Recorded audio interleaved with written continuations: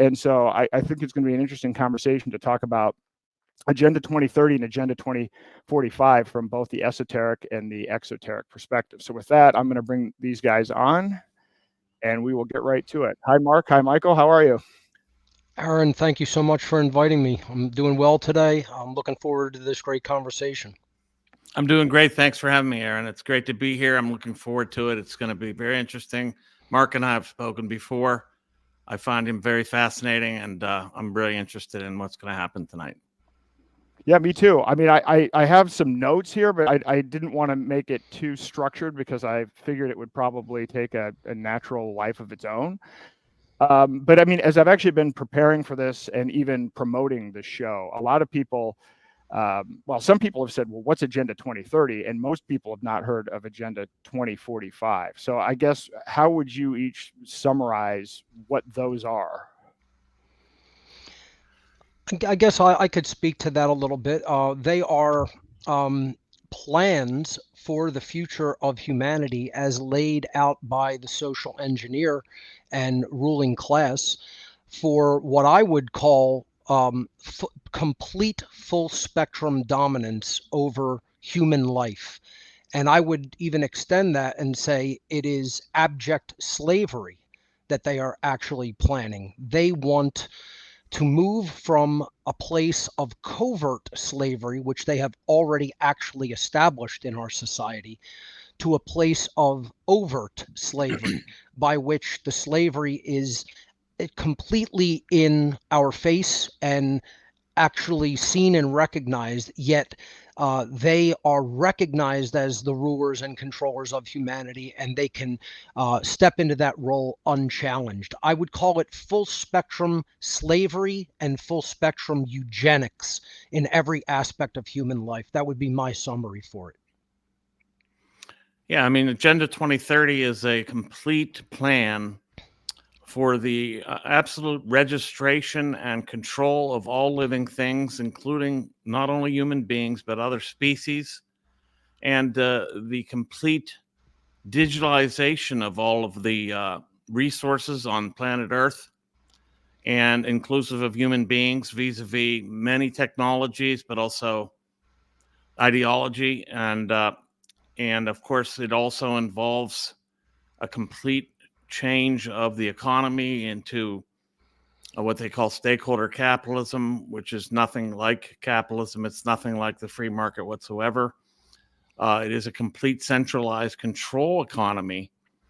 And they are rationalizing it through a lot of euphemistic nonsense. That's the key to breaking the code, is to realize what these words actually mean. They use all kinds of code words, which I think some of which should be alarming to begin with, but the equity and inclusion and sustainability, of course, are some of the key terms that they use. And I can talk about what all these things mean. But I've broken down Agenda 2030 and translated the 17 SDGs, Sustainable Development Goals.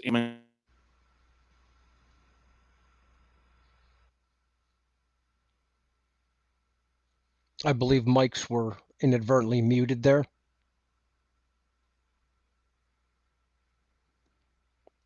Aaron and Michael's mics are muted somehow.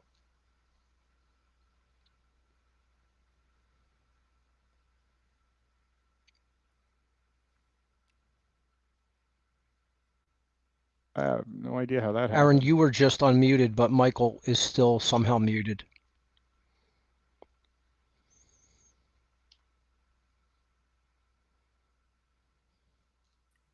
It actually says Michael's mic isn't connected.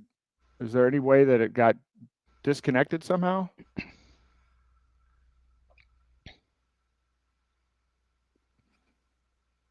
Still nothing. It still says can't unmute your guest. Their mic isn't connected. That was weird. It cut out right in the middle, and nothing happened. I didn't. Aaron, both yours and Michael's were suddenly muted simultaneously for some reason. Well, they will talk about who they are. Probably don't want us to have this conversation. Let me Michael, do you want to try exiting and jumping back in and see if that fixes it? Okay, great, thanks. Yeah, hopefully Michael can get his tech issues resolved there.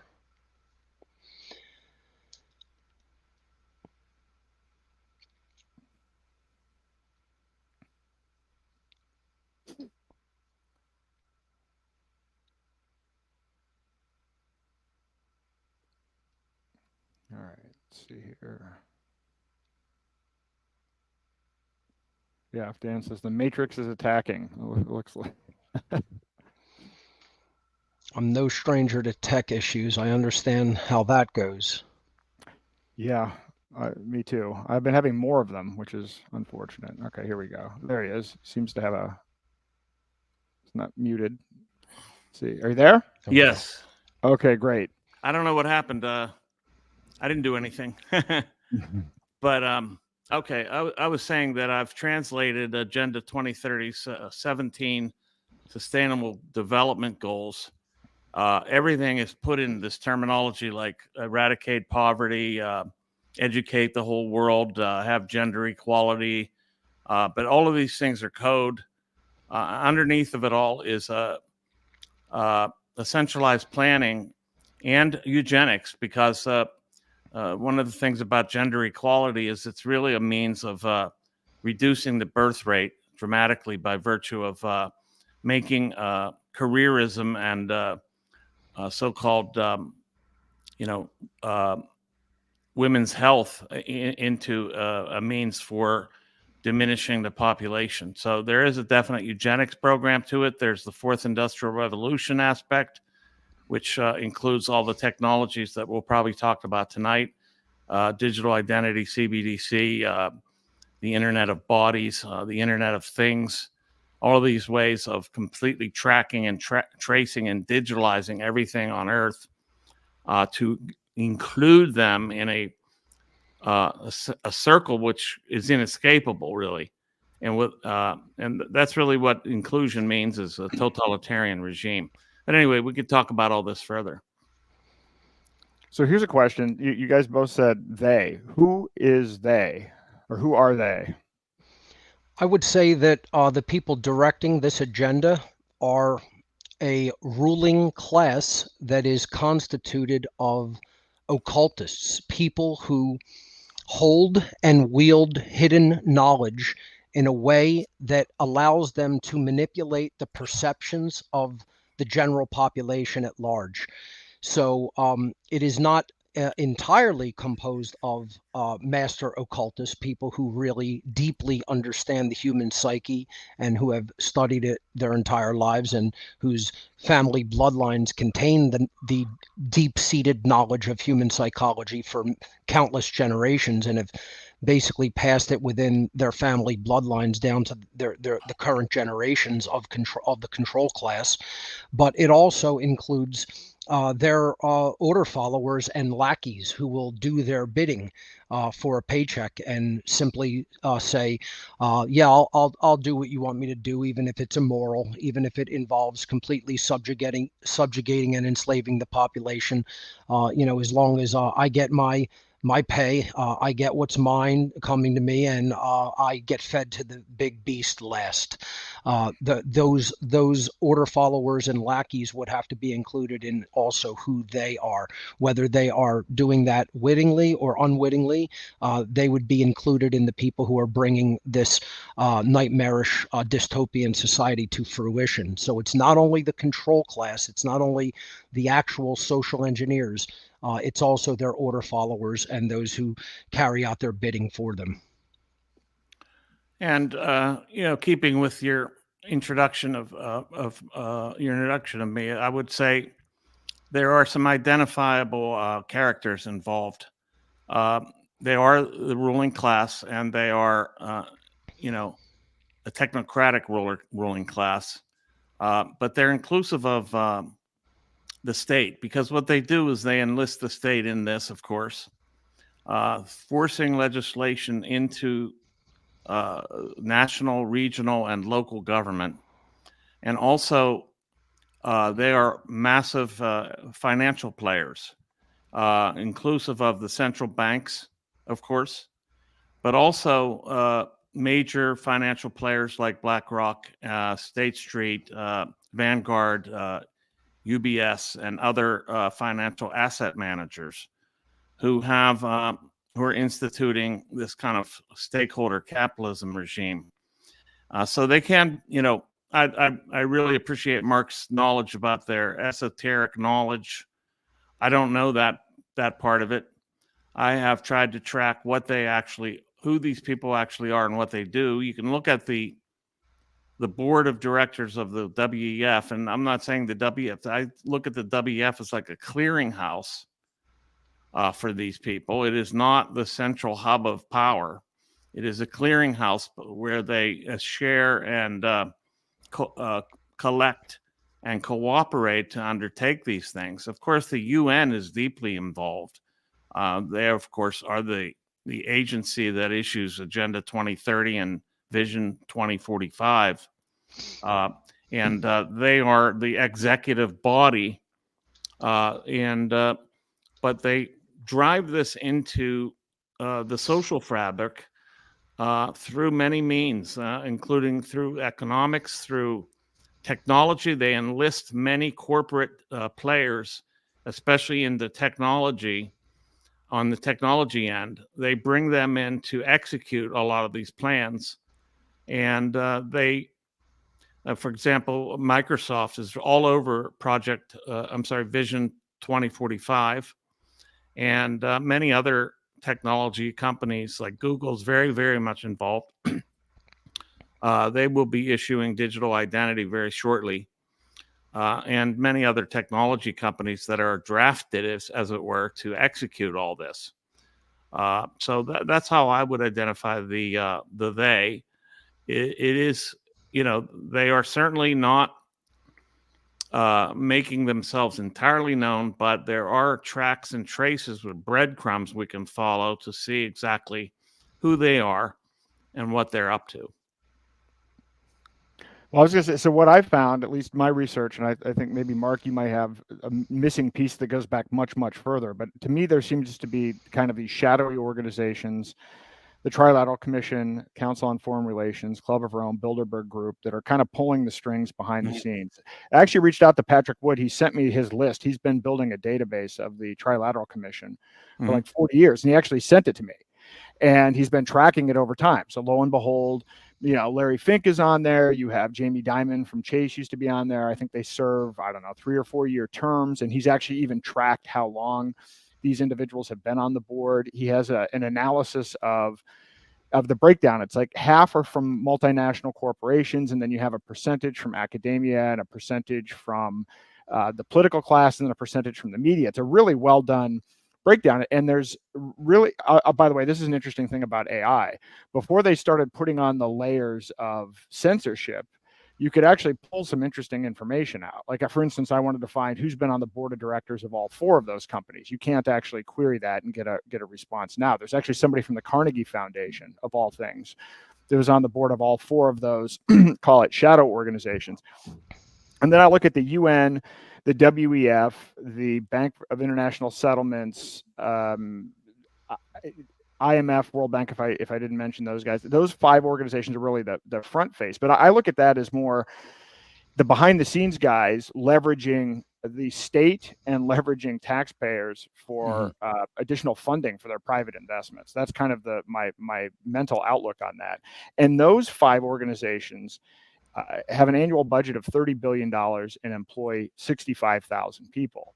And when you look at the WEF, the top 10 WEF partner companies employ have a combined market cap of $9 trillion, employ 6 million people, and have almost $2 trillion of cash on hand. So it's huge what we're up against. And the challenge that I have, and I don't know if you guys have this as well, is that, well, you start talking about, they're moving towards a one world government. You start talking about eugenics, and people automatically shut it off and say, well, this is a conspiracy theory. This even happens in libertarian circles, when in reality, it's not like we're using, secondary or further out sources. They're the actual direct sources of this information. They don't even hide it. I think, Mark, to your point, they're actually kind of coming out, and they're being blatant about it at this point, because they don't think they can be stopped. But that's about as far as I've gotten. But from a bloodline perspective, I mean, how far back does this go? How,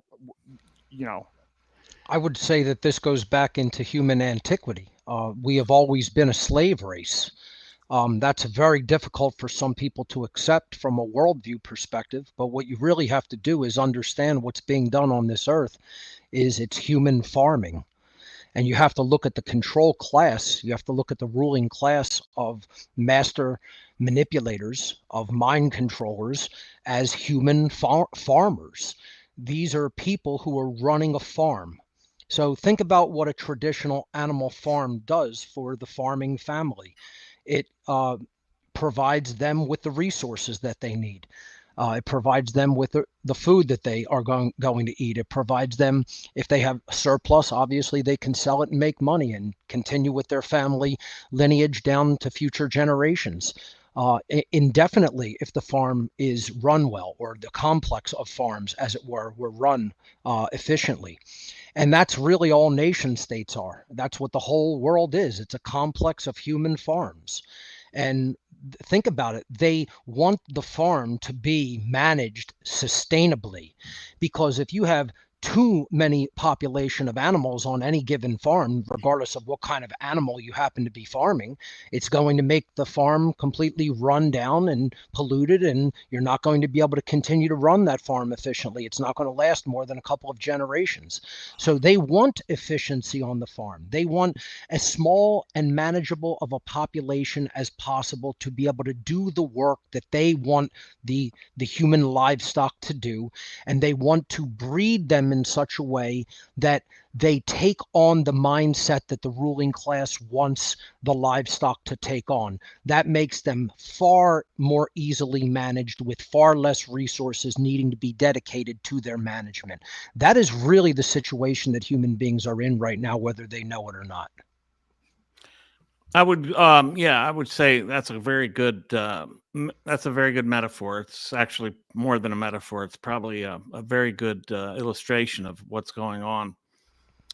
In terms of those groups that you referred to, I totally agree, and I have a whole chapter written on the roundtable groups that came out of the Cecil Rhodes and the Cecil Rhodes roundtables, and that includes, of course, the Council on Foreign Relations, the RIIA, Royal Institute of International Affairs, or the Chatham House Group. Of course, the Club of Rome, where a lot of the eugenics thinking and climate catastrophism first originated. And then naturally, the World Economic Forum is just one of these roundtable groups. And then the Trilateral Commission, which was founded 2 years after the WF, is another one of these roundtable groups. And that roundtable group acts on the Chatham, they operate under the Chatham House rules of secrecy. And that's been the rule since the RIIA was established. And it goes back even into the older roundtable groups established by Cecil Rhodes. So, then you can look at those groups as kind of like, look, I look at the state, I look at these organizations. These are the tools or the weapons in the ruling class's hands. The state is nothing but a weapon that the ruling class uses. You have to find the ruling class itself, and they're pretty much showing their hand in many cases now. I think they wrap in various organizations as basically a kind of tools that they operate with. I do think that even though the ruling class exists and is not separate from the state, but they are the ones that occupy it and control it, that taking away their weapons is the first step. Taking away their tools is one of the first steps to defang their power. And I think Mark will talk about the spiritual tools that they operate under. And spiritual, I know, having talked to Mark, is not necessarily metaphysical. We're talking about psychological tools, if I'm right, and this is a very interesting part of it. Is just what are these tools? What are the techniques, the techne that they operate under or use to wield power over us? So Mark, you actually have a direct experience with this, right? You kind of came over from the dark side. You want to talk about that a bit? Because I think that's the part people are clearly the least familiar with, and it's probably the most impactful. Right. So I have a background in the occult world. I've been directly connected with dark occult organizations in my youth, in my past. And, it's a very difficult thing for people who haven't been involved in any aspect of occultism to understand. It probably involves 1/100th of 1% of the population, if not less than that. So most people have zero framework to deal with regarding anything having to do with occultism, and they're afraid of the word. They've been conditioned by religion, they've been conditioned by society to hear the word occult and just think of that as, oh, that's just some quaint religious belief that involves devil worship or manipulation of spirits or whatever, and they just have no idea what it really is. And again, as I said, the word occult just means hidden. It means hidden from the average person's view. It's difficult to see because it's been veiled and it has been confused in people's minds. But what it really is it's knowledge about how things really work. It's knowledge about how the human mind works and how it can be deceived, how it can be manipulated, how it could be improved even. That's all included in the body of knowledge that I would refer to as occultism, because it's not just one thing. It's not just bad. It's not just evil.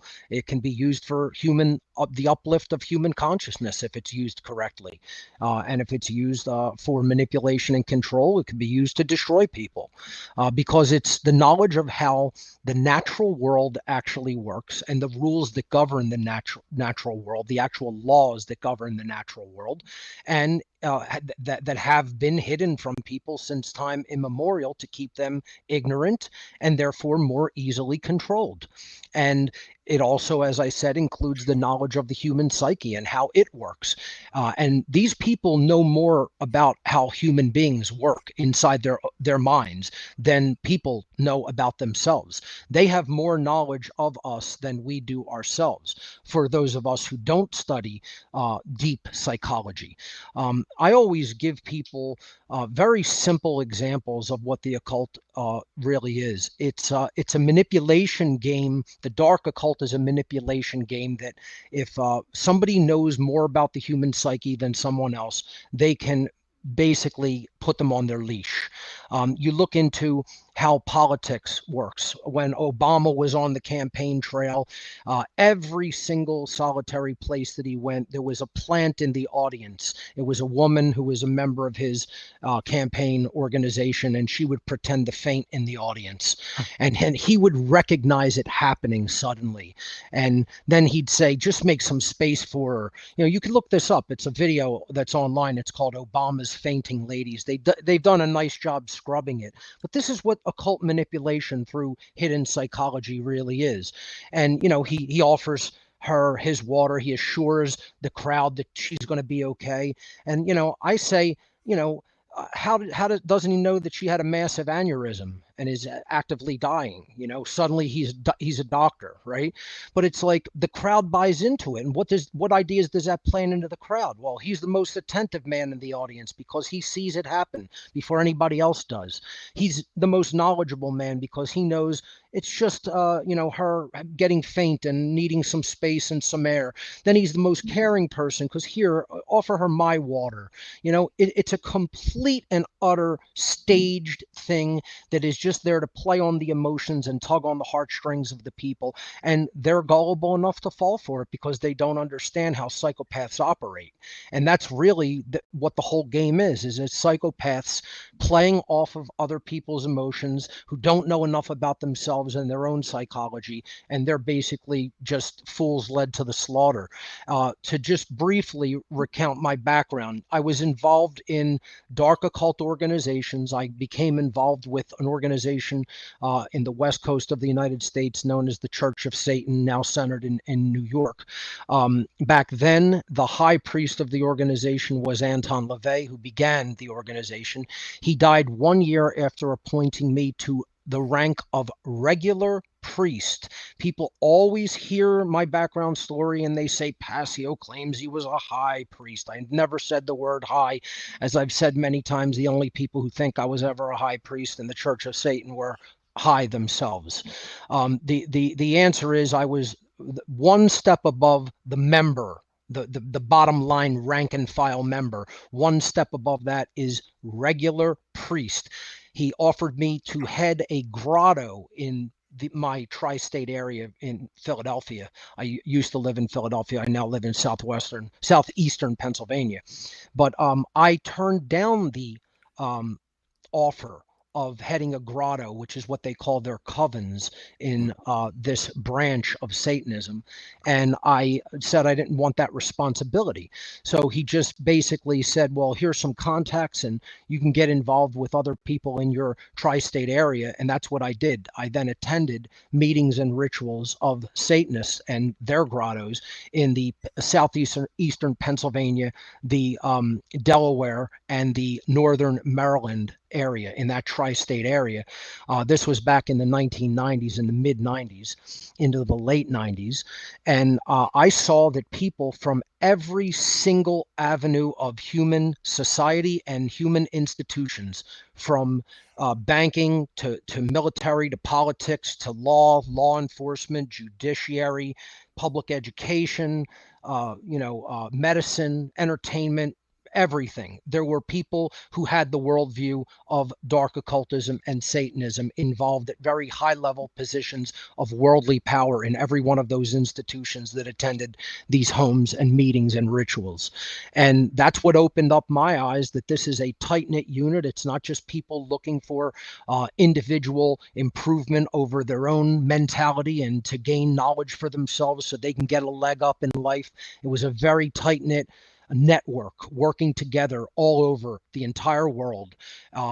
Again, they had people in point positions of power in every worldly institution, and they were all working toward the same end goals. And that was to increase their worldly power at the expense of everyone else's freedom. They wanted to become the gods of this world. They want to become the rulers of everyone else and put everybody into bondage and slavery. And I didn't want any part of that. That wasn't my intent going into the world of the occult.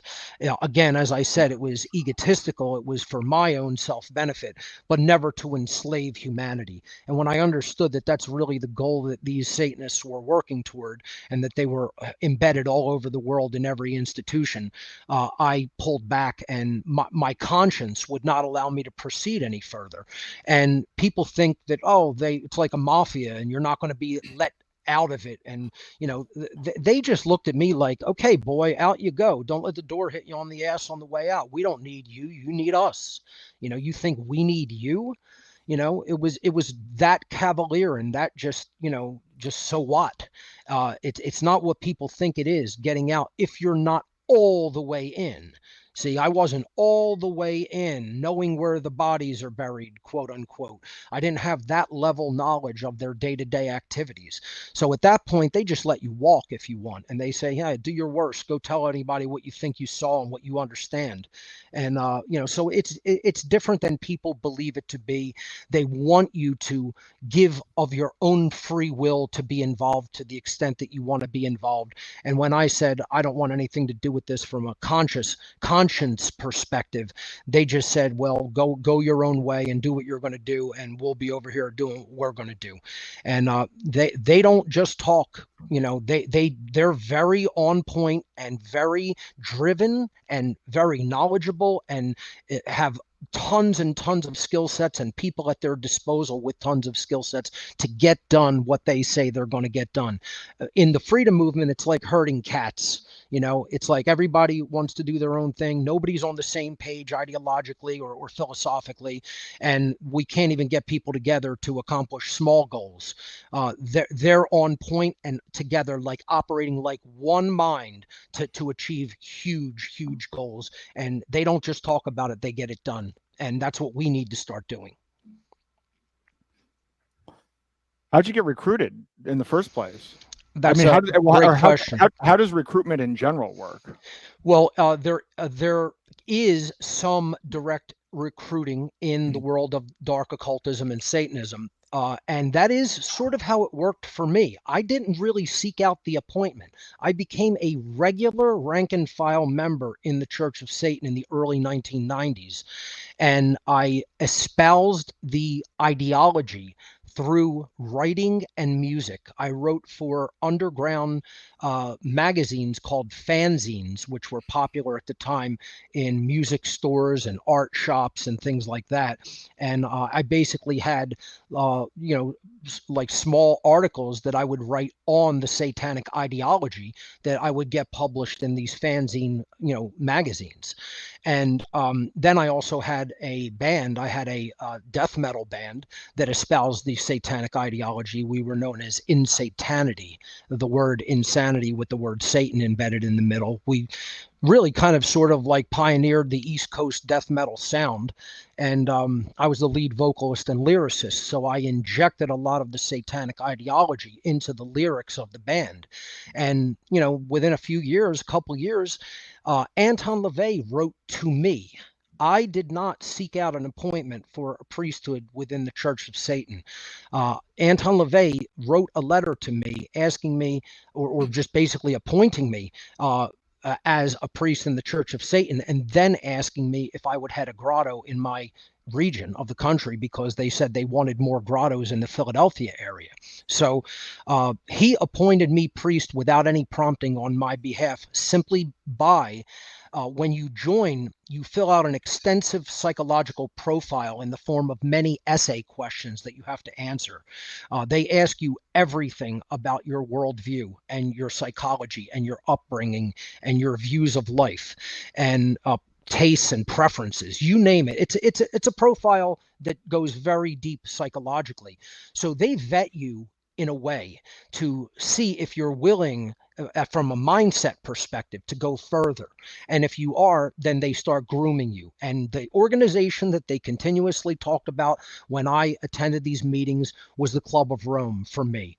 They said that I would make a perfect eugenicist. I would fit well in the Club of Rome if I really stuck with their organizations. And, I went up the ladder, and they would groom me for the Club of Rome. It was talked about by multiple people when I was involved.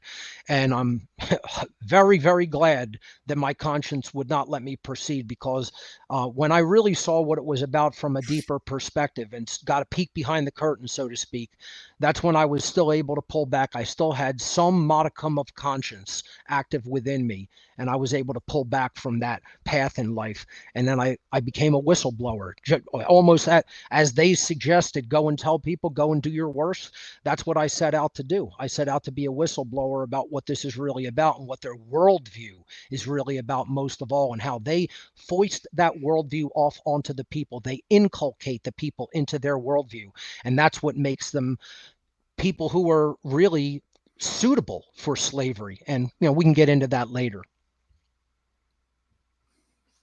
Wow. Okay. That's pretty intense. So they basically are feeding people into different, like there's a Club of Rome track, and then there's are there different like tracks?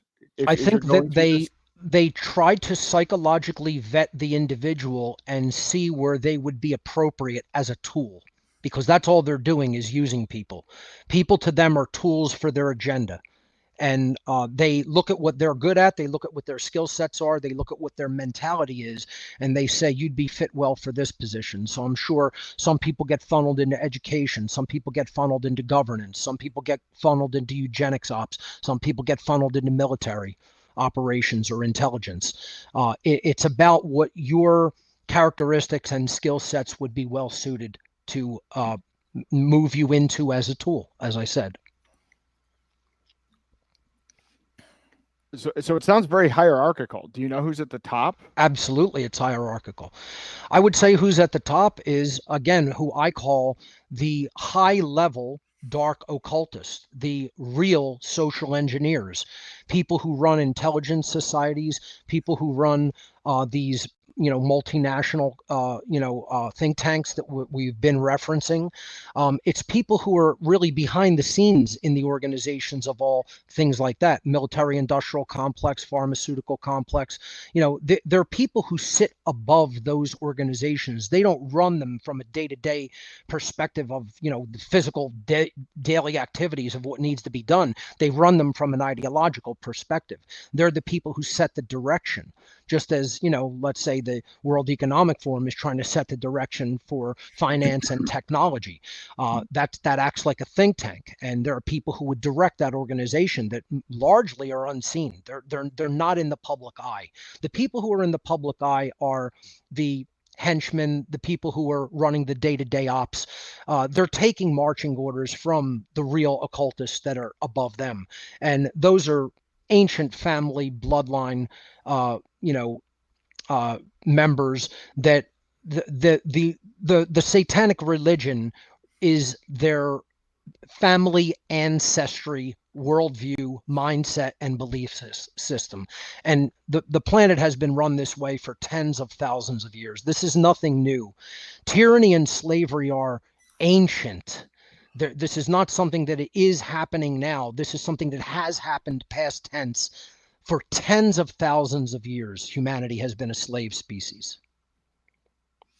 Do you think the people at the top are conscious of what they're doing, or do you think even for them it was kind of handed down and it just became kind of a subconscious thing? I mean, I've thought about this. It's like, maybe David Rockefeller thought, well, this is, my dad, it was in this position and we have all this wealth and I'm doing good. He actually buys into the manufactured scarcity. It's just because that's how he was wired and that's how he was subconsciously programmed when he was young. I'm sure many of them take that perspective, no doubt about it. But there are many who are very consciously in the know of what they are doing and how they are directing modern human slavery, and they want that to continue. And that is their worldview. Their worldview is, we are the gods of this planet.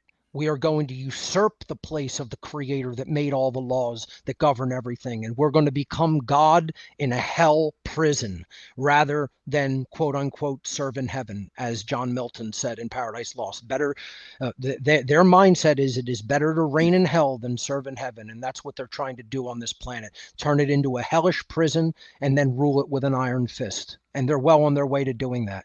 Really, I would say that they have done that from a covert perspective.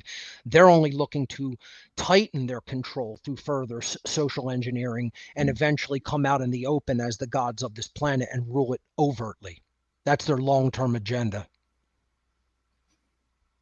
So technology I always look at technology as it could be either a tool for tyranny or a tool for freedom, but it certainly seems like it's trending in the tyranny side. And it seems like, so what is I guess, I don't know if there's a way to summarize this, but like, what is the basis of the occult knowledge? What is it that we don't know fundamentally? What are the most important things that we don't know that they're kind of operating under?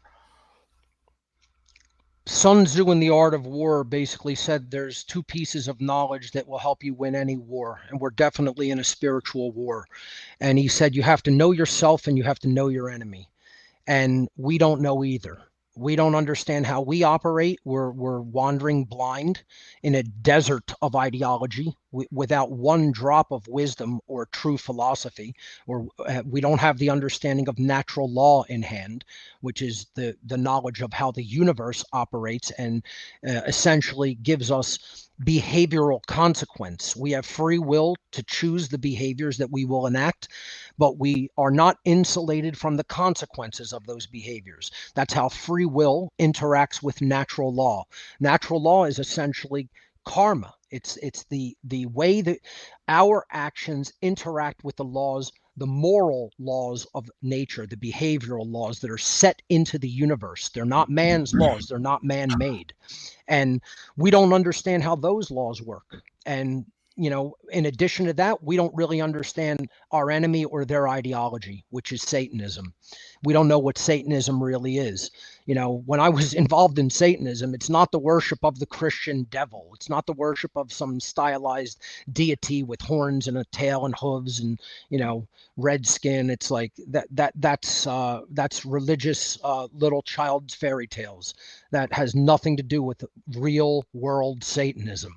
And that's the problem, is people don't know that ideology. They don't know the ideology that runs the world, and they don't know that that's the ideology that has been handed to them, that they've been eating up with a spoon for millennia, and just they're receiving a watered down version of their master's ideology, and that makes them a piece of cake to control.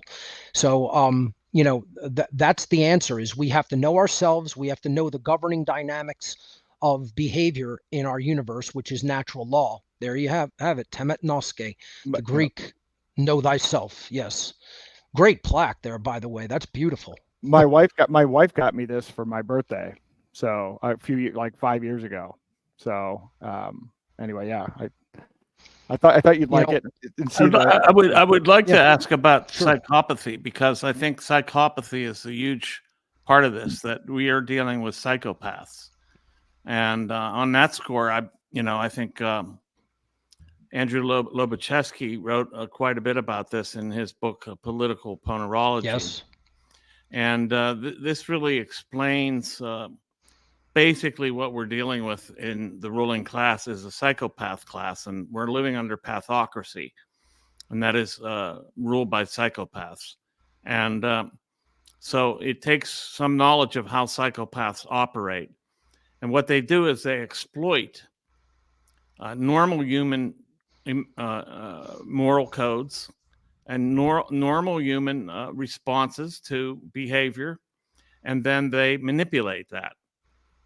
So it, I guess what I would break down, having talked with Mark before, and I'm very interested in knowing a lot more, but this is a techne. This is the kind of technology that they're operating with, and the technology is largely deep psychology, as Mark pointed out. It's a deep psychology techne, which they know how to manipulate, and they don't know how to really be normal, but they know how to act normal. They know how to act normal. And they know the kinds of things that normal people respond to emotionally and otherwise, like, say, joy or a disaster, but they don't really experience these things. They're just mimicking that behavior in order to convince you that they're normal, and then they manipulate you in turn.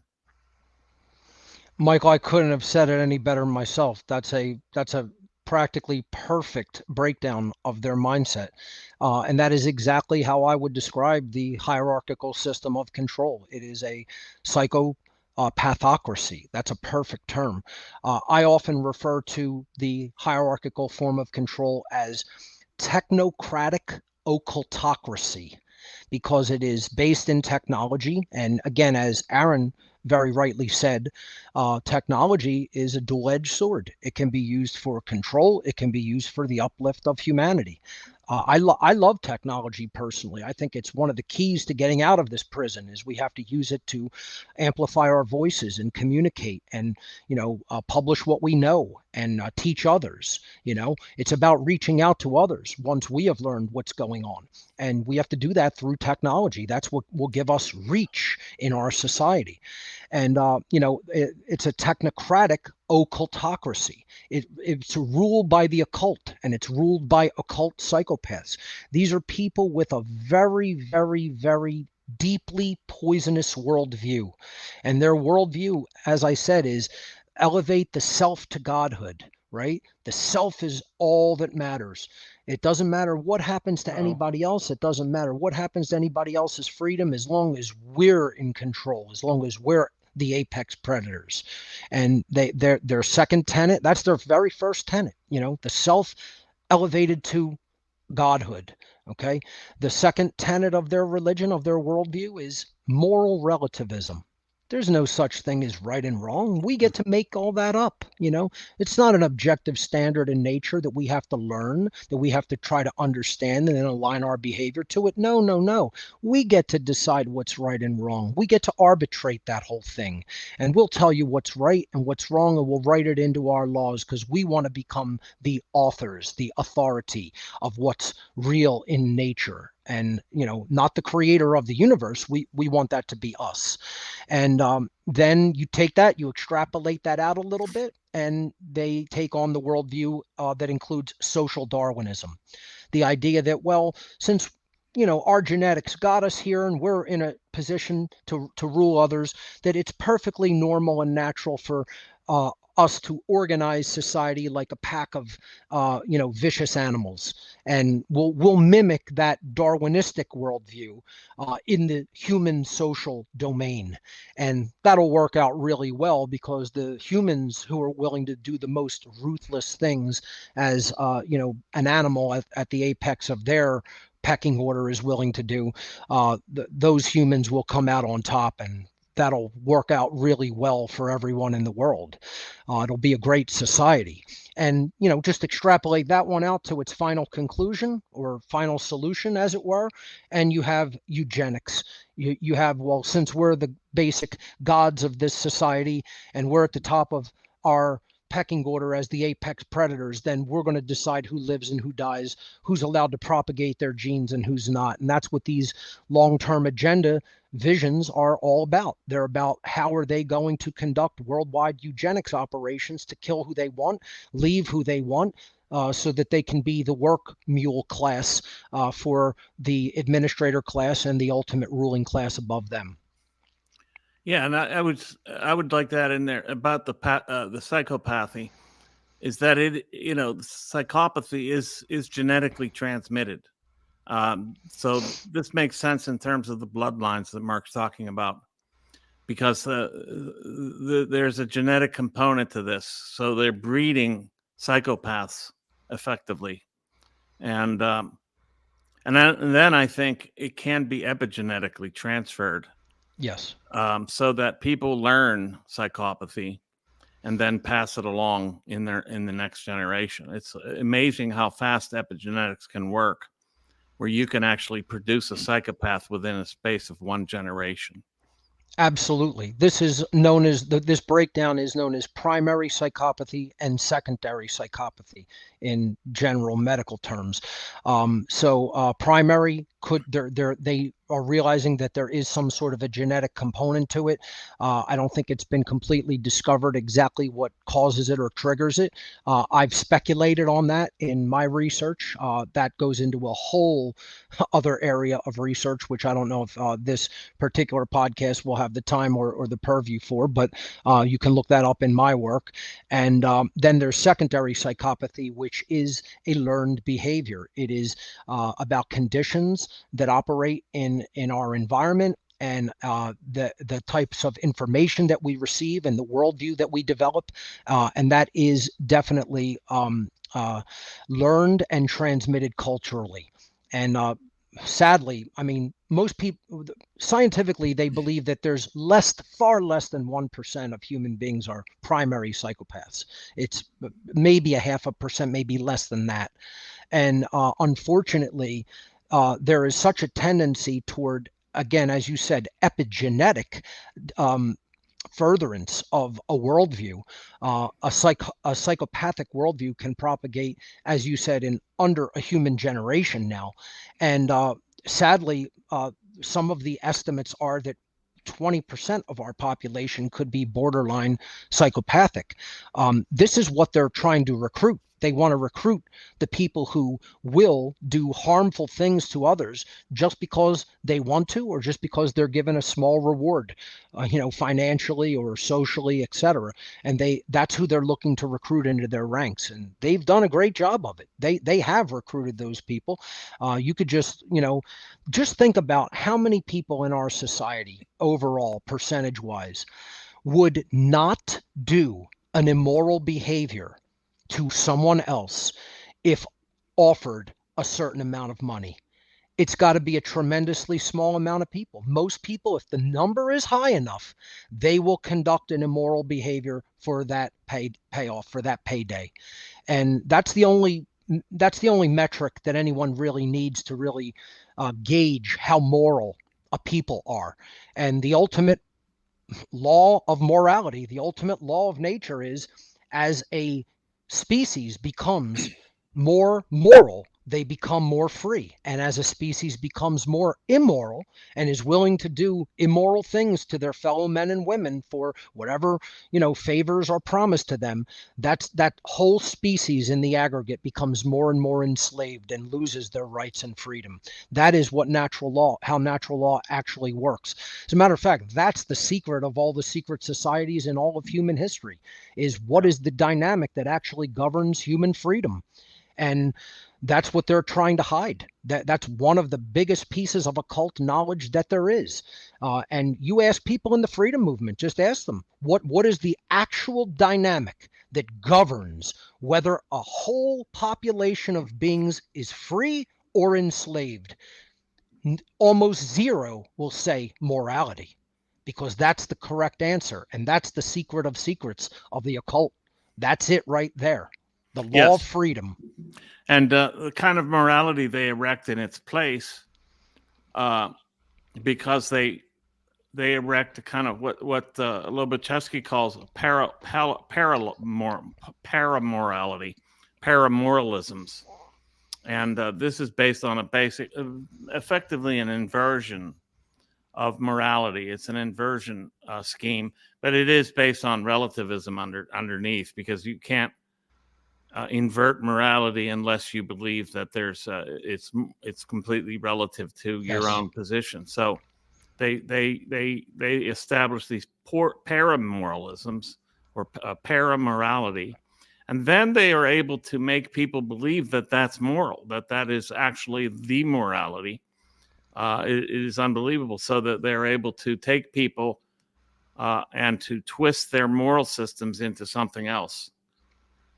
Which I think is, I mean, for me, this all intersects into politics, but I don't know if we want to go there. But I think there are certain states, in particular Israel, which I think is under a psychopathic dictatorship. I would say it intersects with all religion. Yeah, and politics is a religion. Yeah. Government is a religion. The belief in authority is a religion. Yeah. Just the things that we look at as the cultural religions are not the only ones.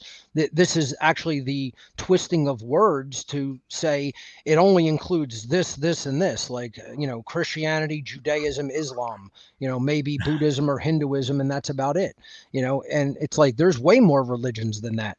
The total love of money, I would say, is a religion, beyond needing it for, resources and exchanges. Egotism is a religion, I would say science not really checked by a natural process and a true truth discovery methodology can be a religion. Some people would refer to that as scientism. So there's many, many religions, and that's exactly what they depend on. They depend on relative moral ideology. It's not about understanding that there's an objective morality in nature that's built into the fabric of reality, where that which is right for a reason, because it does not initiate harm to other sentient beings and diminish them in any way by depriving them of life, freedom, property, etc.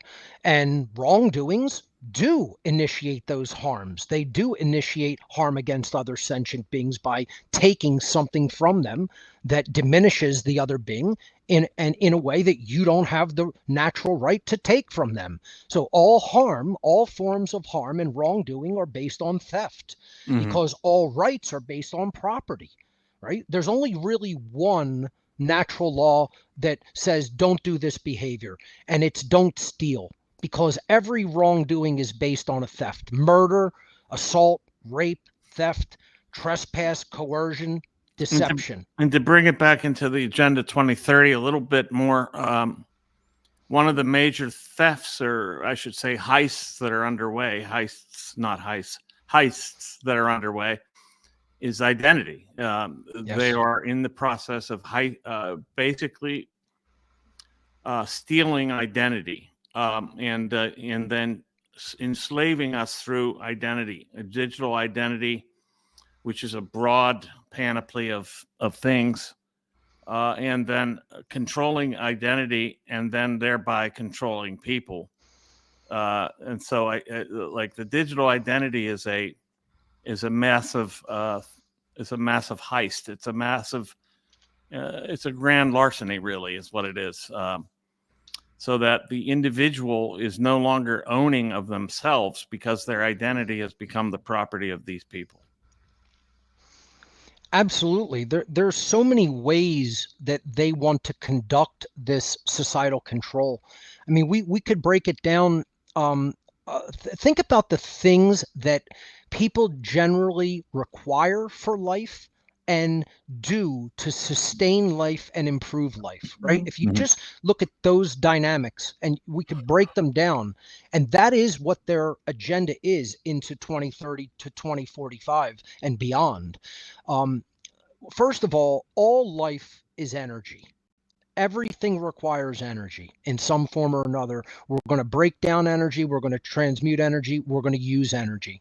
So they want the control of energy, and they're going to limit energy. That's part of these sustainability quote unquote plans, which is really plans for control and eugenics. So and then, I was going to say, the whole basis of this, even the whole basis of the technocracy movement, is to move from a price-based system to an energy credit system, and that idea actually started in the 1930s. So in essence, this is how I view what's going on with CBDCs, is that they're trying to evolve to a single global digital currency that's actually backed by energy credits, and that those energy credits become the basis of the control system. Yeah, and in the input into that is the human energy, of course. That's one of the that's a big channel that they're trying to control, is the human energy. And basically, you're going to be credited or debited based on the energy that you consume or produce.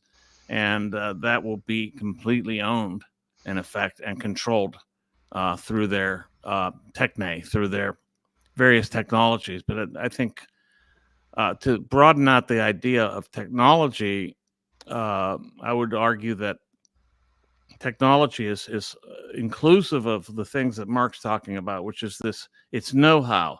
It's a know-how to do things. And one of the know-hows is, of course, deep psychological manipulation and control. And I think that's their primary technology. The other tools that they develop are, I would say, excrescences of that. They're means to an end. Yes. Yeah. Well, the alteration and control of worldview is their primary technology. Yeah. And that's what they want people to do. They want them to adopt their basic worldview tenets, their ideological tenets, which again is, I would argue it's already accomplished. I would say it's not a matter of who has adopted their worldview tenets. It's a matter of who hasn't. How few people have gotten out of that worldview, because Satanism, having the basic tenets of an out of control ego that essentially wants the world to work however it wants it to work instead of how it actually works. This idea that I'm God, I could invent truth, I could invent what's right and wrong. That's the ego completely out of control in the human soul. Okay. And then moral relativism is, already adopted. Most people don't really believe in an objective standard of right and wrong. Social Darwinism, most people have accepted. I would say that's the acceptance of the political system. That's the acceptance of governance. Is basically a form of social Darwinism. And most people would agree with the idea that, we need to cull the population. Look at how overcrowded it is, or look at how many useless people we have. Most people don't extend the idea of their own natural rights to everyone else. And once you take on the worldview, this satanic worldview that these rights should only really be for me, I could deal with freedom and have these rights, but other people, they're too stupid or they're too abusive. It's like you really kind of move into the area where you're going to lose your freedom for not standing up for freedom in general. And that's the worldview they've gotten most people to adopt, that, oh, without all these controls, look at all these bad people, there'd be chaos. You know, what do you think we have now? Perfect order in society? It already is chaos. Yeah, I think that's absolutely correct. And so I've often said that, you know, when people would say, what's their ultimate objective and why would they want to rid people of the planet? Why do they want to get rid of? They look at the masses, I believe, as, you know, I think it's very biblical in the sense that they're inverting the biblical narrative. They want, their idea of Eden is the control over all the resources, and their idea of the fall is your existence, basically. The fall from you know, in the Garden of Eden, to them is the fall of power. It's the fall of power, and so what they want is to resume that power. And the reason that, and they want this kind of Edenic reality, which most people stand in the way of, and that's why they have to clear the population. I think also this explains a great deal of why AI is being touted here as a tool, as a massive tool, because this is a replacement technology after all. This is the replacement of human beings. They can get rid of a lot of the executive functions of society, therefore then they can dismiss and dispense with a great deal of the human population. And this is why AI is a big part of their puzzle. It's just a tool that they have developed. And they, you know, I mean, even people like Ray Kurzweil and, of course, Yuval Noah Harari, who actually wrote a book called Homo Deus, you know, human God, or, you know, they see it this way. They see it as eliminationism, really a way of eliminating the human fodder that they no longer need to carry out their functions. Absolutely. Yeah, they really don't seem to value consciousness at all. That doesn't seem to be an equation. Not your consciousness. No.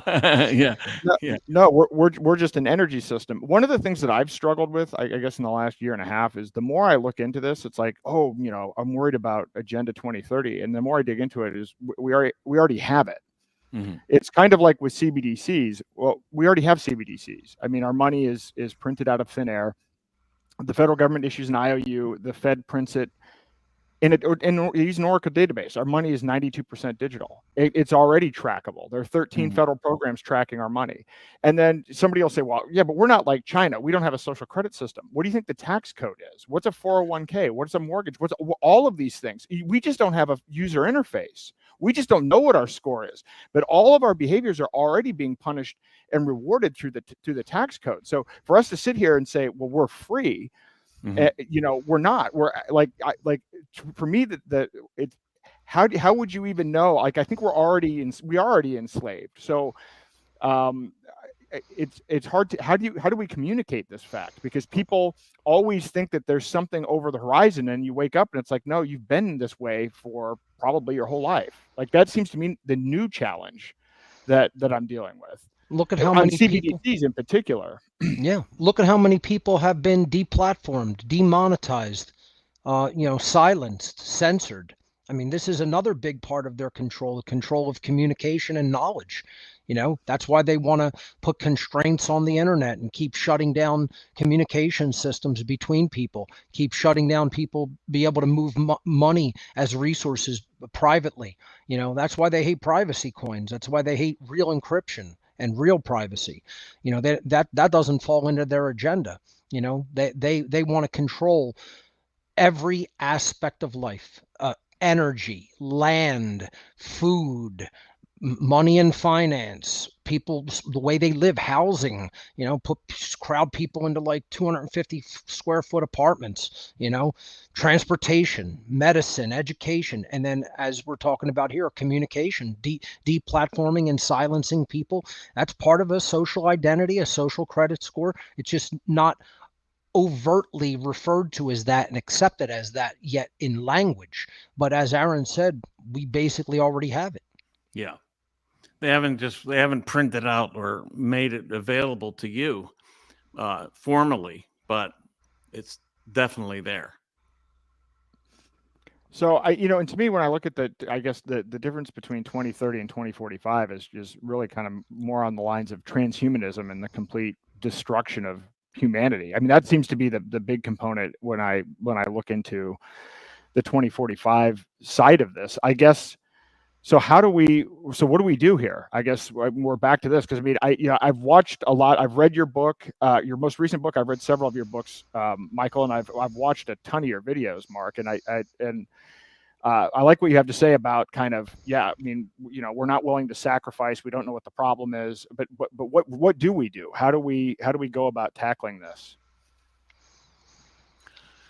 Well, I mean, it's radical decentralization, but it's very difficult to achieve because of the ubiquity and the interpenetration of even the tightest enclaves by the knowledge sector of the knowledge sector. So because we're under digital surveillance and digital control, these enclaves are already penetrated by virtue of the digital permeation of all of our space. So we can carve out a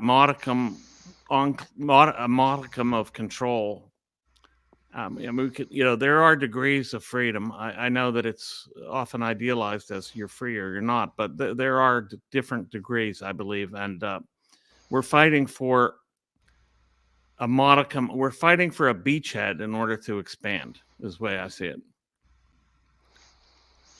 Yeah, I would say that the steps are, we have to really heal our worldview first.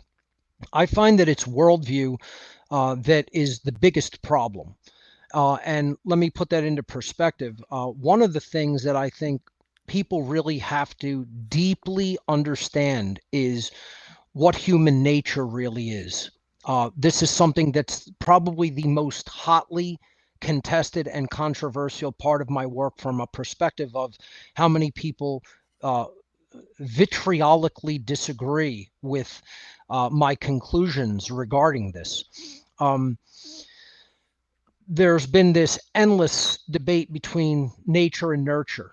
And if you really look at the new emerging sciences in this regard, specifically new biology, which they don't even have a new scientific term for it, they simply call it new biology.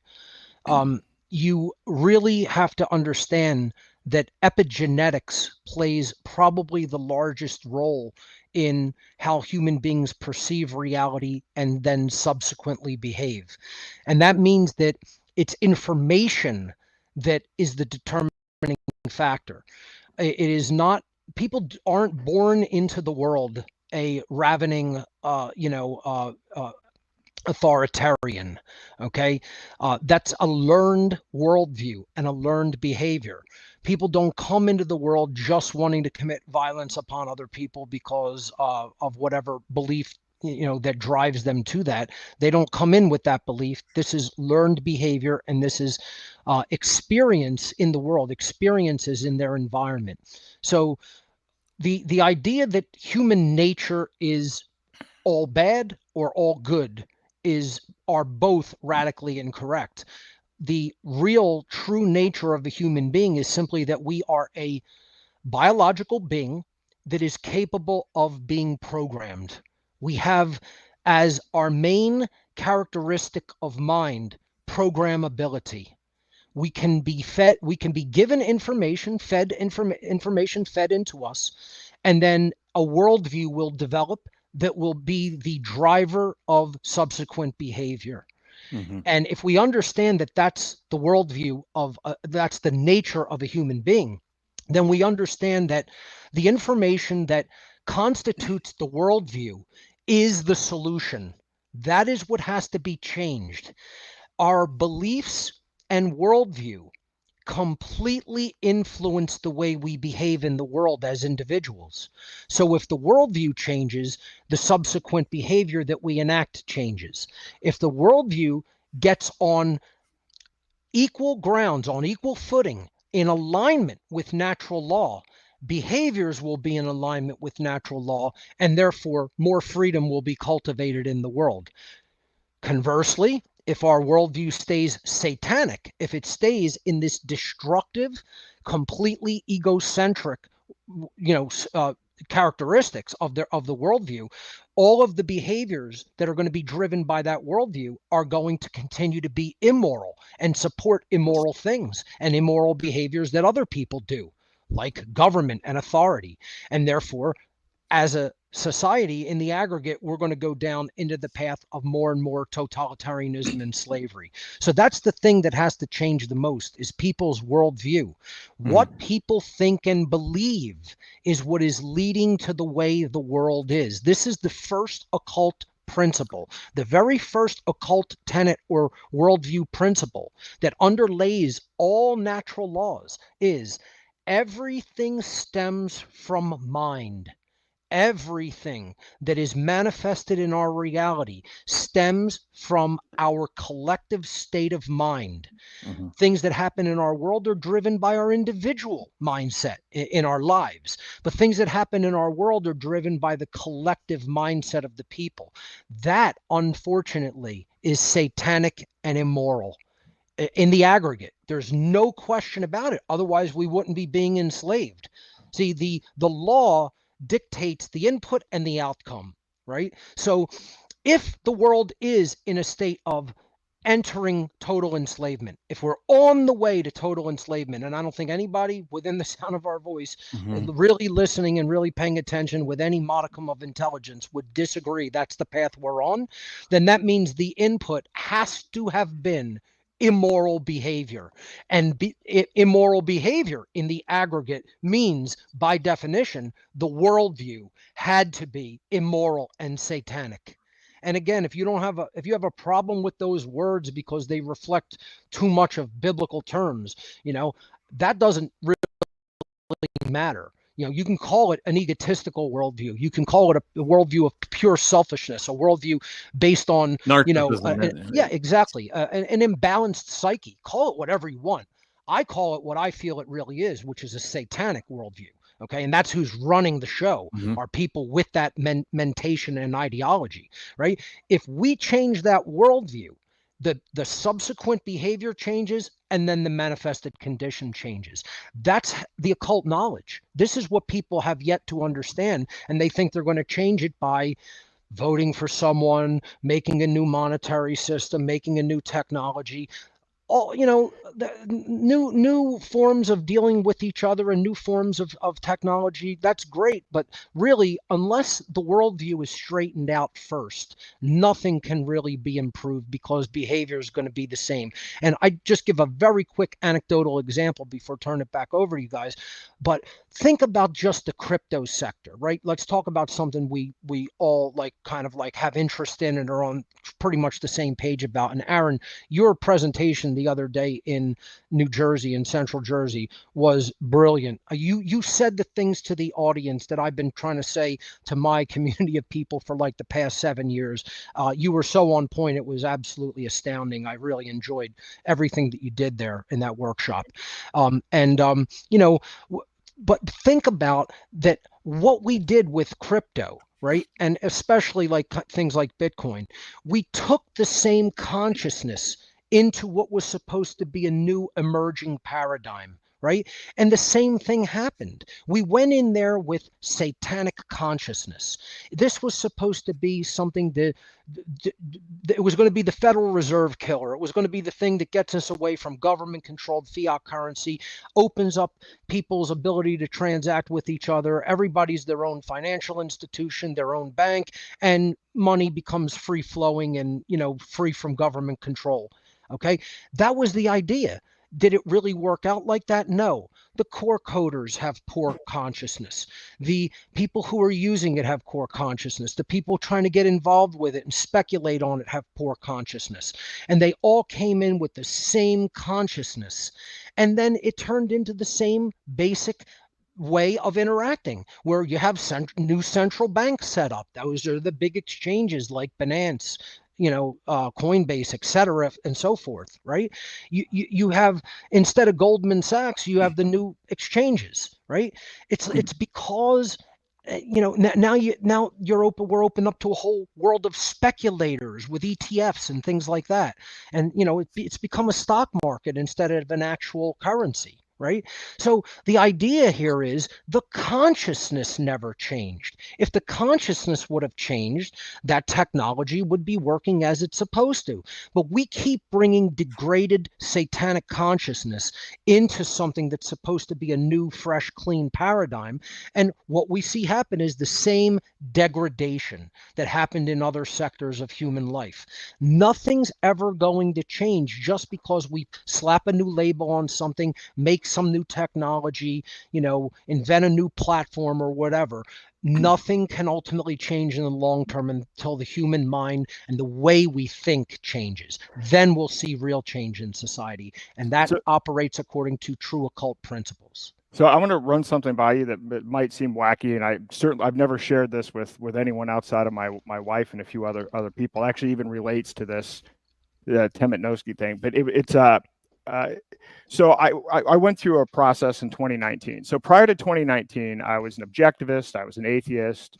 I would say I was a hardcore capitalist, whatever, but very materialistic, and went down a completely different path. So you mentioned epigenetics. So I ended up reading a bunch of Bruce Lipton. I ended up going down a completely different track from where an objectivist atheist would have been. So Joe Dispenza I started actually attending these week-long meditation retreats and going down this whole thing. And because I really decided I just question every aspect of my life, every belief that I had, just everything. In fact, I literally left the state. I consolidated everything that I had into 2 suitcases, and I'm like, okay, whatever. And I'm just going to let go of as many beliefs as I can. And as I studied this, it relates to everything that you just said. We're programmed, right? So before we're 7, what is it? The Jesuits show me the 7-year-old, I'll show you the man, right? So from the time we're 0 to 7, we essentially have no conscious filtering. So that we're in like alpha state. So whatever goes in, that's programmed. It's literally programmed. So if your parent tells you you're horrible, or whatever, implants these beliefs, it's going to take a lot of work to recognize that programming is there, to even understand that you need to overwrite it, right? Mm-hmm.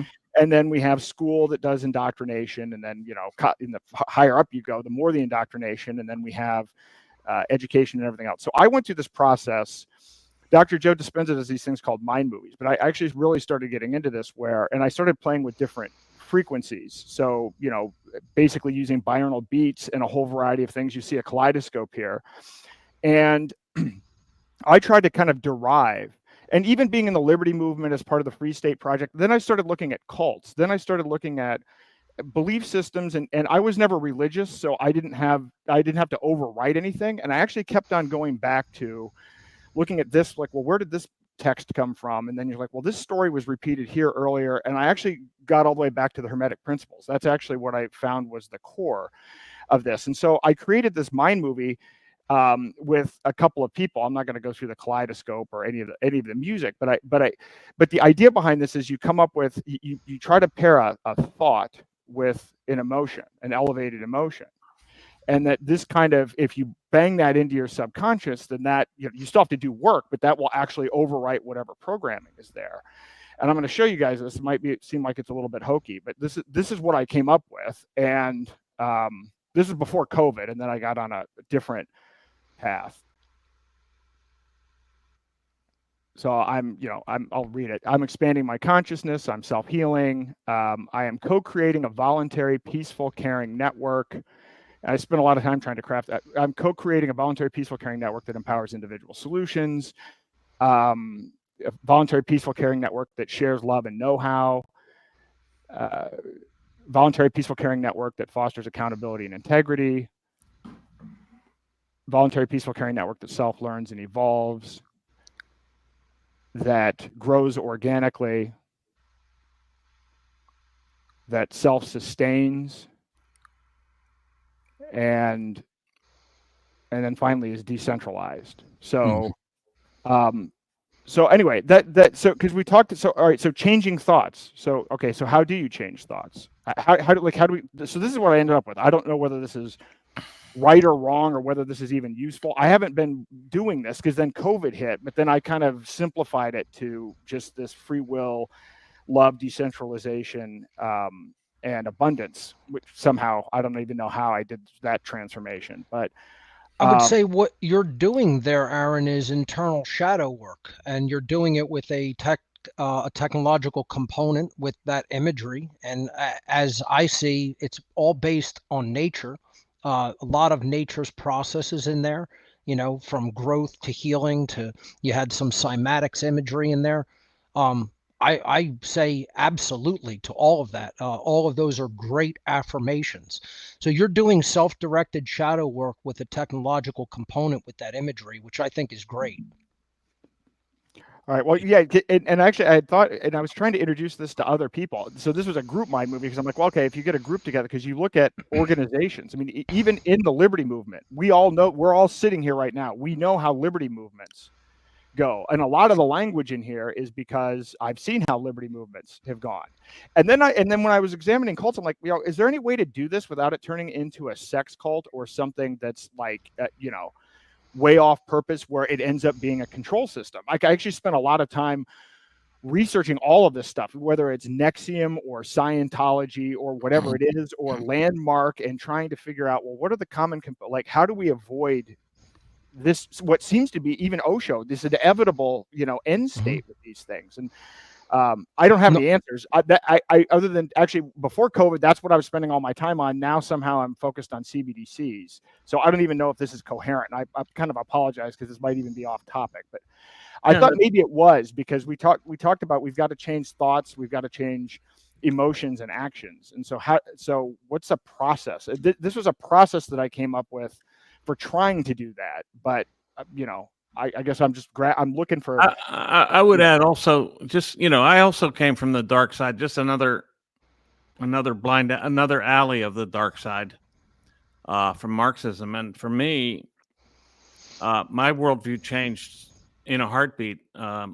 My whole gestalt shifted all at once, and it came through trauma. Frankly, I was traumatized, and this kind of forced me to think differently entirely. And it didn't change my thinking, but it made me have to change my thinking. It forced me into changing my thinking and overriding the programming that came from that worldview. And that worldview, I think, is one of the tools that of course, this is, I think, the elite, whoever I put that in quotation marks because I don't find them to be superior human beings by any stretch. They're just powerful, probably for a lot of the reasons Mark's talking about. Is that I think that the Marxism, socialism, the whole nine yards, all of this stuff is elite controlled ideology that is used to enslave. And so once I saw that, it broke wide open, and it occurred through trauma, being traumatized. And you know, I don't know if it's deep psychology, because it shakes up the very foundations of your worldview, shatters a lot of the assumptions, and gets you back to premises that are actually valid. I think that's what it's all about, you know, and that's self-directed healing. And that's what you did to come out of that worldview. That's what I did to come out of the satanic worldview. You know, Aaron, you said you came from an atheistic perspective. Doing that type of shadow work, you know, is moving toward a more holistic worldview that shows you how everything fits together, works together, and we have to cultivate a new and better way of living amongst each other if we're going to get out of this system of slavery that we're embedded in. So I would say it was absolutely appropriate.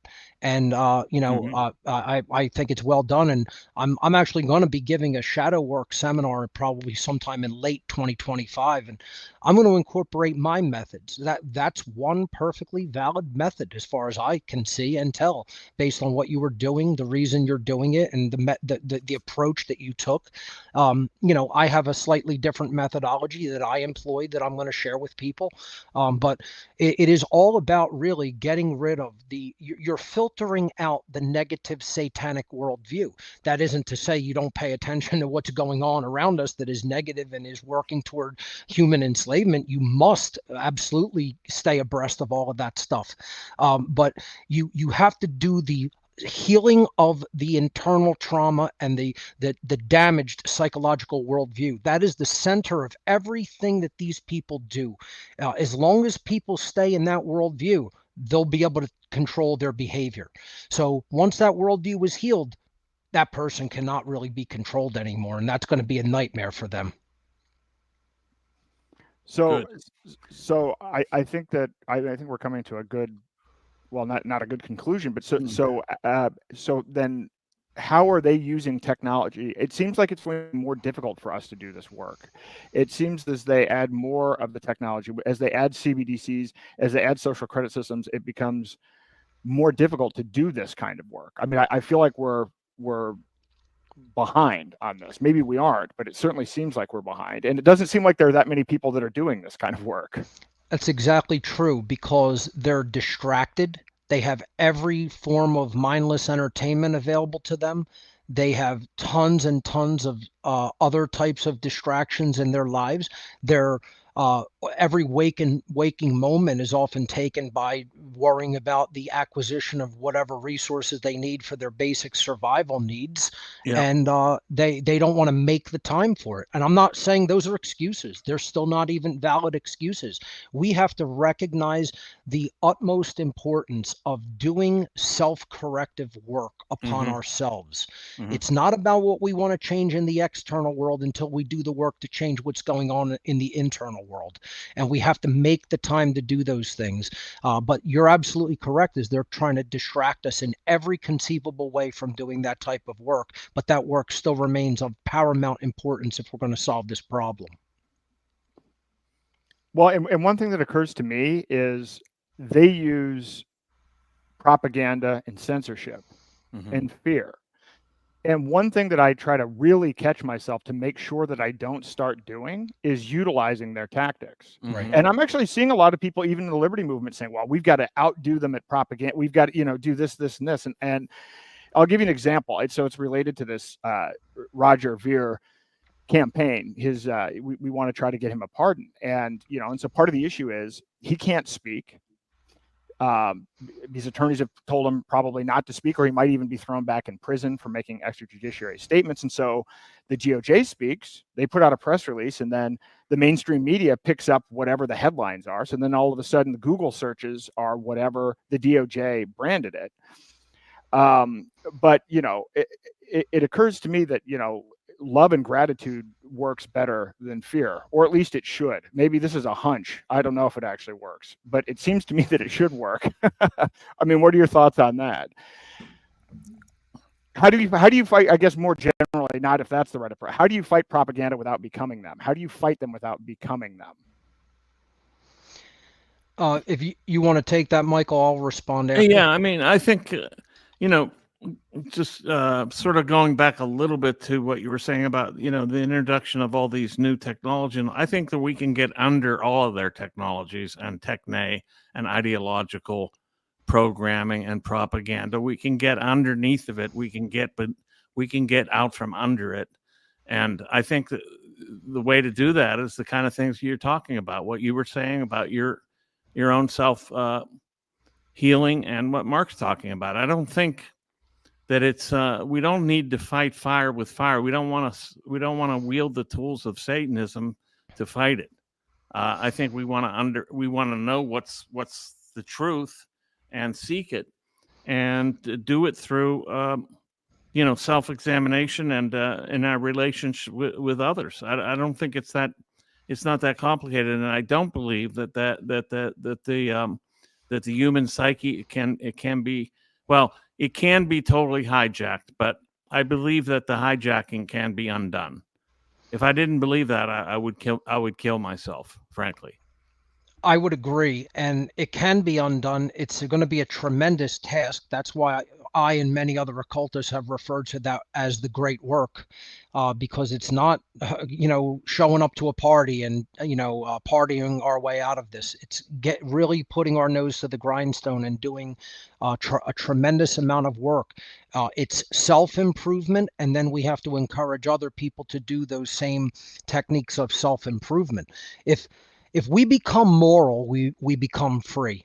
And the problem is people unfortunately believe that they are good people when in fact they support a lot of harmful things and a lot of evil in the world. Yes.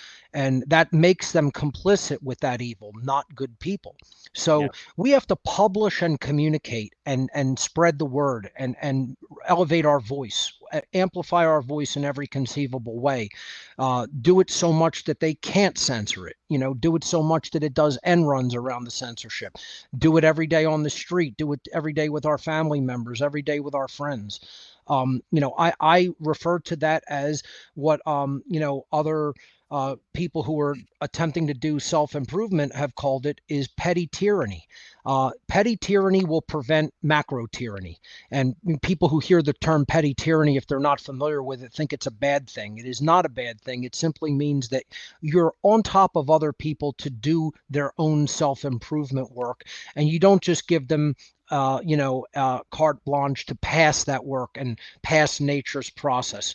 You get on them and say, hey, you can do better. You must do better, but don't be a person who lives in a glass house and throws stones. Make sure you've done that internal work and have done that process of self-improvement before getting on somebody else to also, improve themselves. People too often think this is just about our own work upon ourselves. This is big in the New Age movement, which is why I don't subscribe to New Ageism. Mm-hmm. It's not just about doing it ourselves. It's about doing it ourselves and then encouraging other people to do the same thing, because that's the only thing that's ever going to improve the whole world.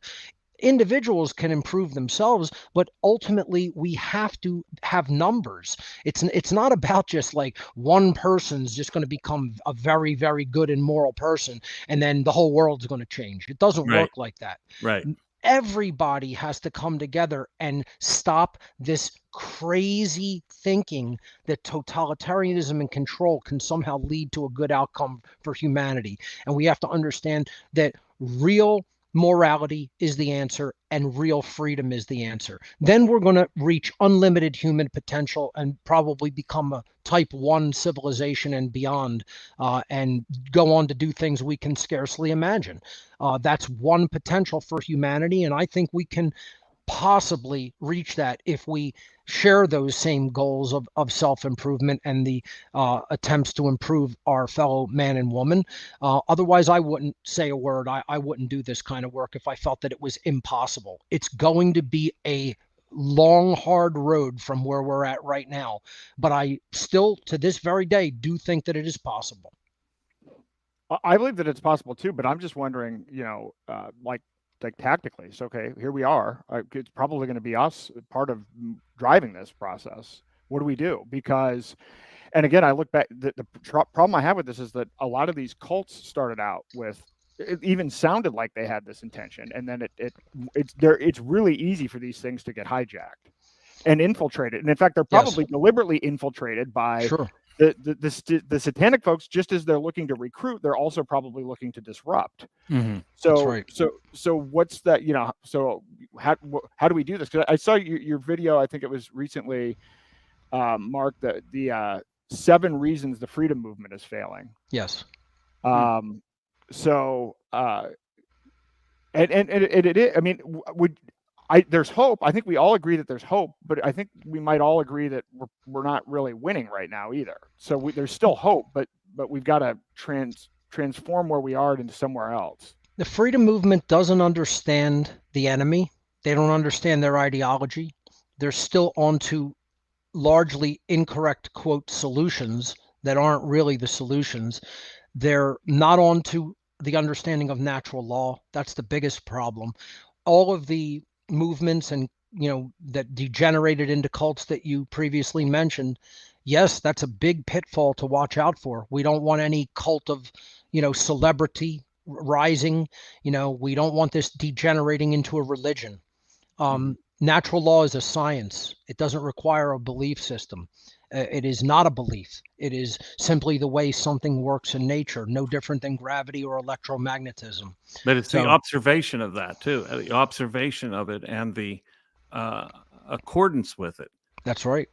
It has to be recognized, and there are ways of testing it, just like there are ways of doing other types of experiments for other scientific laws.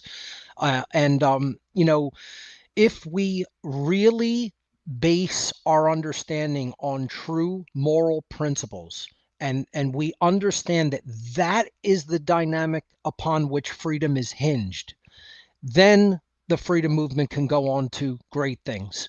Right now, it's not doing so well.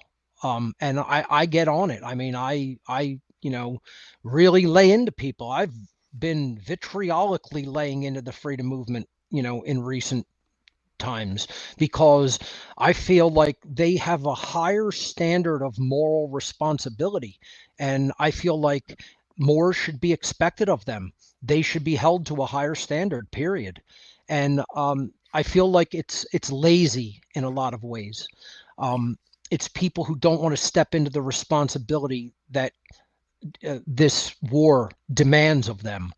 And you have to become you have to step into the role that nature requires of us. We may not like it. I don't, quite frankly, like doing this stuff, right? I wish I wouldn't have to do this stuff. This is not my preferred thing. I tell people all the time, I'd rather go to a pro wrestling match or do some mundane stuff. I'd rather go bowling. I just want to write poetry, but I want to do some art. I'd like to learn how to paint. I want to kick back and enjoy my life. And I feel like, I don't want this burden just dumped on my shoulders, and other people don't want to come to the fore to share that burden. This isn't for a few people to do. This is for everyone to do. And, again, once people step into that responsibility, there'd be no stopping us. The problem is they just want their comfort. I want my comfort too, but I do what's required. Right. And then maybe if we win this thing, we can have some comfort, and, and we can have comfort for the future generations of children that are to come after us. I want them to live a peaceful, comfortable life and not be enslaved. Right. Let's take our selfish focus off of ourselves and step into the role that is required of us. That would be my main message that could really turn the freedom movement around. So kind of tactically, and I had this in my presentation, it's whether it's a technology or a product or an idea, you usually have an adoption curve. You have, innovators 2.5%, early adopters 13.5%, and then it goes to early majority. You have to do what's called crossing the chasm.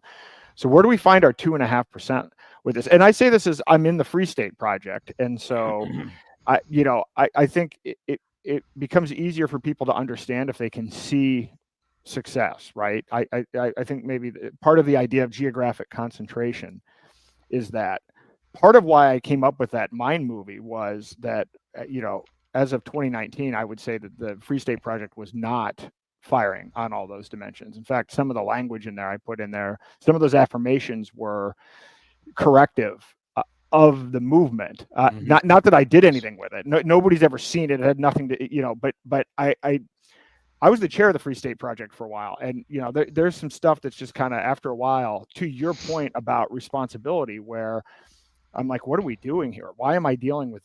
Why do these types of problems keep on coming up over and over again? And the lack of responsibility is a big one. So where do we do it? And I know we're hopping around a bit here, but I'd like to. Does this relate to what you were saying about politics, Michael? About you wanted to talk about Israel. I mean, it does, but that's just I think it's just a particular case of pathocracy and psychopathy running amok.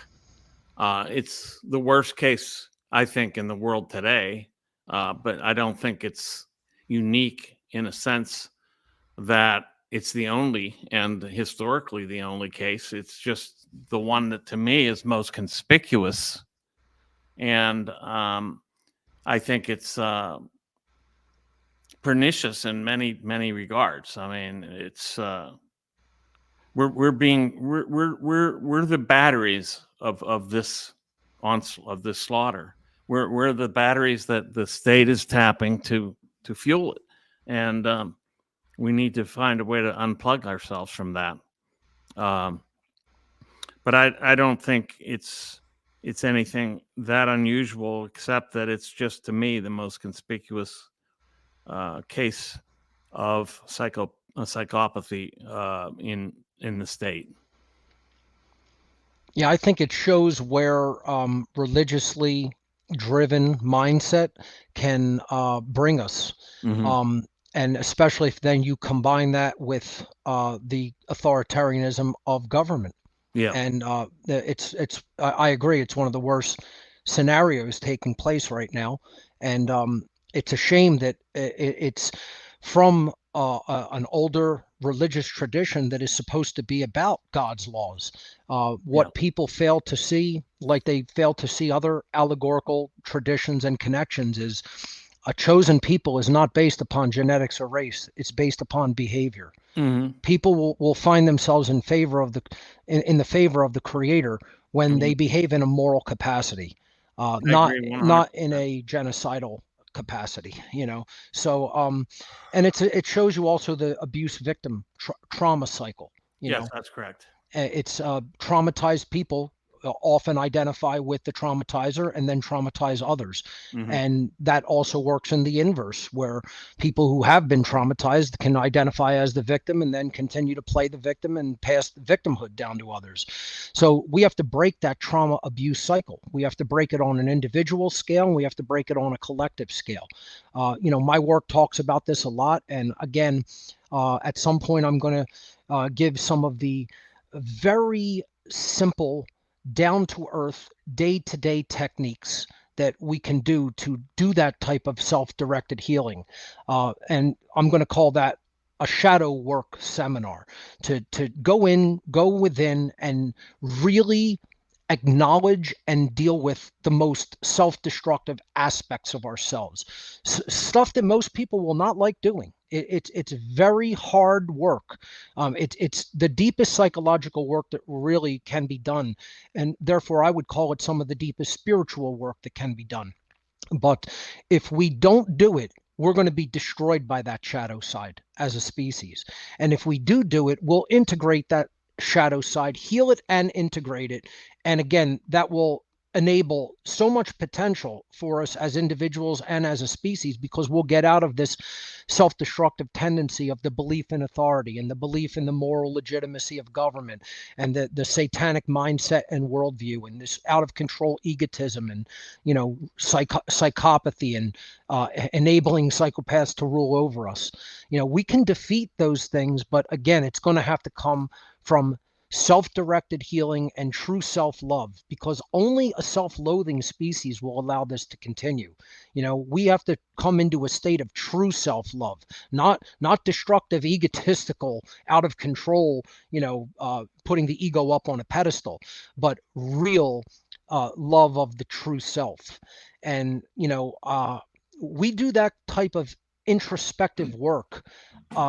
Nothing can control what transformative type of being comes out on the other side of that. You can't control that. You're going to emerge from that process as someone that can't be controlled by authoritarians, lunatics, psychopaths, or anyone else.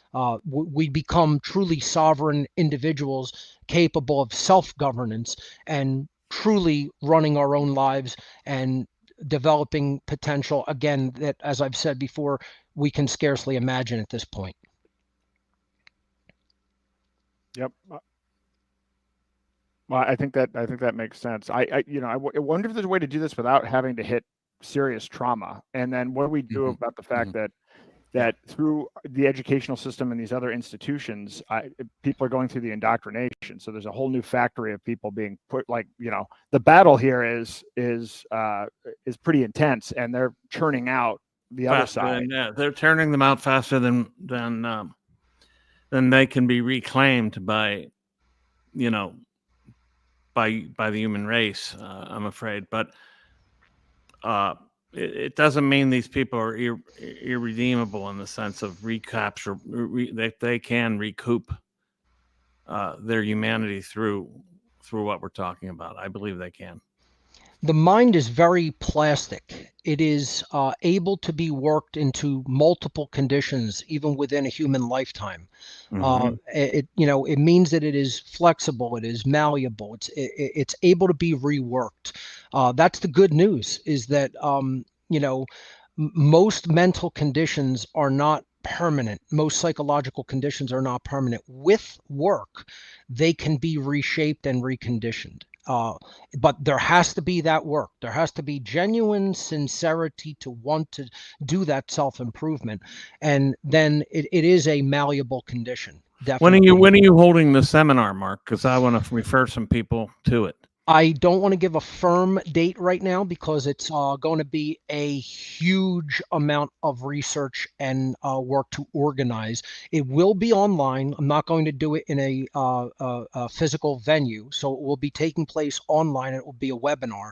I'm looking at the end of 2025. I'll probably need about 1 year to get all of this information together in a presentable format. So approximately a year from now.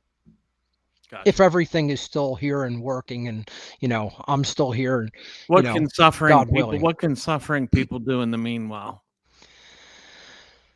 Sorry, Arian. I don't mean to take over your role here, but I have questions. No, this is a discussion. So that's great. Once again, it's looking at the ways that we contribute to the problem. So do you look at other people and say, oh, they need to be controlled? Or do you look at other people and say, they simply need to be improved? Right? That's the first mental worldview principle to operate on. Then what are you going to be a part of? Are you going to be a part of trying to say, let's get them under control? Or are you going to be a part of saying, let's help to improve them? Right? That's the fundamental worldview dichotomy right there. I would say, in the interim, before I go into all the details of what personal shadow work can entail, and I'll probably do it pretty thoroughly, right? At least from my perspective. I'll show you the techniques I use myself, because believe me, I had to do a lot of it. I had to say I was wrong about 10 billion times. Yeah. I just sit there with the darkest, most psychopathic aspects of myself. Because I went into a very deep, dark religion in the past, and I was fooled. I received bad information and I ran with it, and I almost became one of these psychopathic ruling class people, right? And by nature of just having a little bit of that conscience within me and a little bit of that really good information that I was able to draw on, I pulled back from that, but that was only the beginning. The pulling back was only the beginning. That was the easy part, right? Yeah. Getting out was the easy part. Doing the shadow work to change my mindset and my worldview, that was the painful part. That was the, whoa. I mean, I barely made it through that. It was difficult, not gonna lie. So in the meantime, we could just sit with the thought, how am I contributing to the negative? How can I pull back my involvement from contribution to the negative and the satanic and the controlling and the totalitarian? And there's many ways that people can do that. And it starts really with shifting your thinking from other people need to be controlled to we can help improve other people. That's what our society should be all about. Should be about self-improvement and helping others to improve themselves. Excellent. Yep. And actually that was where I was focused. But again, 2019, before COVID, that was actually where I was spending my time. And then, so now I'm kind of spending all of my time on defense, because I guess I got to the point where looking at where they're going with Agenda 2030, if we don't stop them, then our ability to to help people will be even more diminished.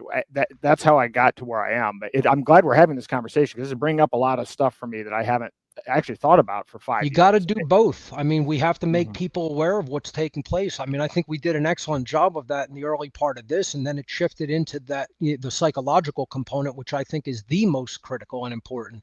But yeah, no doubt about it, Aaron. You have to stay with informing people as well as to what these people are up to with their nefarious goals. No question about that either. Yeah. Yep.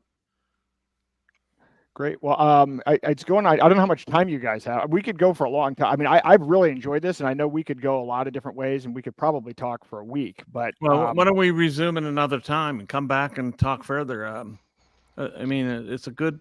We've gotten off on a very good. We've gotten into some very important areas, and I don't think we should let it go. I think we should continue. And in the meanwhile, I agree. I would be in for a part 2, and you guys were tremendous company, and your thought processes are right on point, gentlemen. So thank you for including me in this. I really enjoyed it. Thank you.